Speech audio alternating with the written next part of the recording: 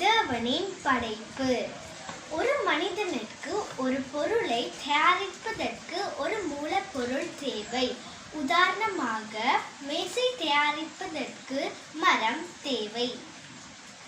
ஆனால் நம் தேவன் ஒன்றுமில்லாமல் இருந்து வார்த்தையினாலே இந்த அழகிய பூமியை படைத்தார். முதலாம் நாள் தேவன் வெளிச்சத்தை படைத்தார். இரண்டாம் நாள் தேவன் வானத்தை படைத்தார். மூன்றாம் நாள் தேவன் பூமி, சமுத்திரம், மரம், செடி, கொடி என்பவற்றை படைத்தார். நான்காம் நாள் தேவன் சூரியன், சந்திரன், நட்சத்திரங்களை படைத்தார். ஐந்தாம் நாள் தேவன் நீரில் வாழும் உயிர் இனங்கள், பறவைகள் என்பவற்றை படைத்தார்.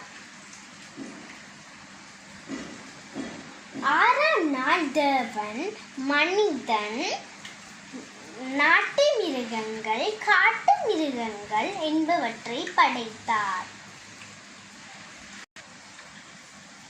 ஏழாம் நாள் தேவன் ஓய்ந்திருந்து ஏழாம் நாளை ஆசீர்வதித்தார். எல்லா படைப்புகளிலும் விசேஷ படைப்பாக மனிதனை படைத்தார். Thank you.